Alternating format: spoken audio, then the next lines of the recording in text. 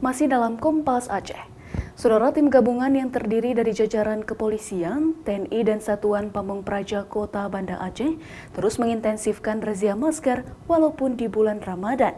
Razia masker ini untuk meningkatkan kepatuhan masyarakat terhadap protokol kesehatan di tengah meningkatkan kembali kasus COVID-19 yang ada di Aceh.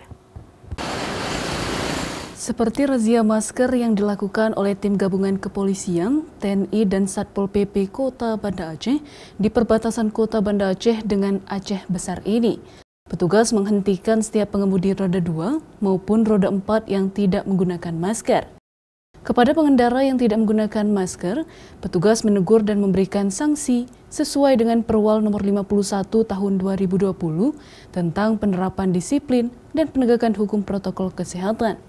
Pemberian sanksi kepada warga yang melanggar protokol kesehatan menyesuaikan dengan kondisi di bulan Ramadan. Pelanggar prokes hanya disanksi membaca surat pendek dan menghafal Pancasila. Padahal di luar bulan puasa, pelanggar prokes diberi sanksi menyapu atau membersihkan area publik dan sanksi lainnya.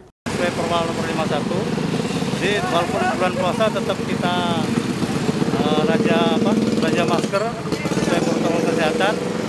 Setiap hari kita laksanakan, tapi berpindah-pindah.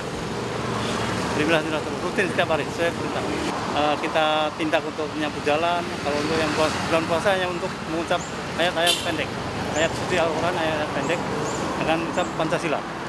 Tim gabungan baik dari TNI Polri dan Satpol PP Pamong Praja akan terus mengintensifkan razia, terutama di bulan Ramadan, mengingat adanya peningkatan kasus COVID-19 di Aceh selama sepekan terakhir.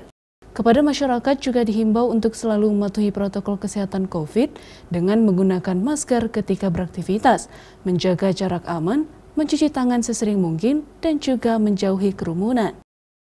Mustajab, Kompas TV, Banda Aceh.